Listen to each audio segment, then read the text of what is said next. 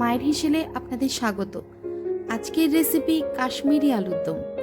কাশ্মীরি আলুর দম বানানোর জন্য আলু সেদ্ধ করে নিয়েছি। এবার সর্ষের তেলে সেগুলো লাল করে ভেজে নিচ্ছি।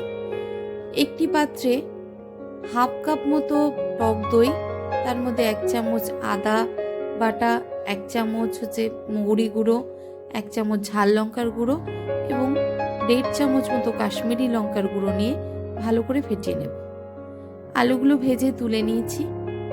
এইবারে তেল কমিয়ে ওই সর্ষের তেলের মধ্যে দিচ্ছি জিরে ফোড়ন, তারপরে দিচ্ছি গোটা গরম মশলা, এলাচ, লবঙ্গ, দারচিনি এবং জয়িত্রী। ওটা সামান্য নেড়ে নিয়ে এর মধ্যে দিয়ে দেব অল্প হিং। ভালো করে মিশিয়ে নিলাম। এরপরে দিচ্ছি দইয়ের মধ্যে যে মশলাগুলো গুলে রেখেছিলাম সেটা।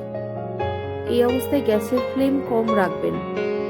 তারপরে দিলাম লবণ, তারপরে দেব সামান্য চিনি।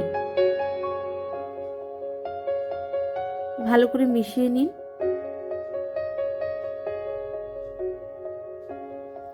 মশলা কষানো হলে এর মধ্যে দিয়ে দেব কাজু বাদামের পেস্ট। গোটা 7-8টা কাজু বেটে নিয়ে পেস্ট বানিয়েছি, সেই পেস্ট দিয়ে দিলাম। এবার মেশাতে থাকুন। কম ফ্লেমে করবেন, তা না হলে কাজু কড়াইয়ে বসে যাওয়ার সম্ভাবনা থাকে। এবার দিয়ে দেব ভেজে রাখা আলুগুলো।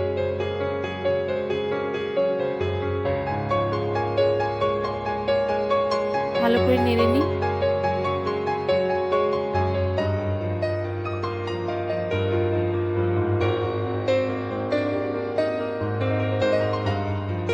এর মধ্যে দিচ্ছি হাফ কাপ মতো জল। জল দিয়ে এবার ঢাকা দিয়ে দেব। ঢাকা খুলে দেখুন গ্রেভি প্রায় গায়ে গায়ে হয়ে এসছে। রেডি আমাদের কাশ্মীরি আলুর দম। সকলে ট্রাই করবেন। ধন্যবাদ।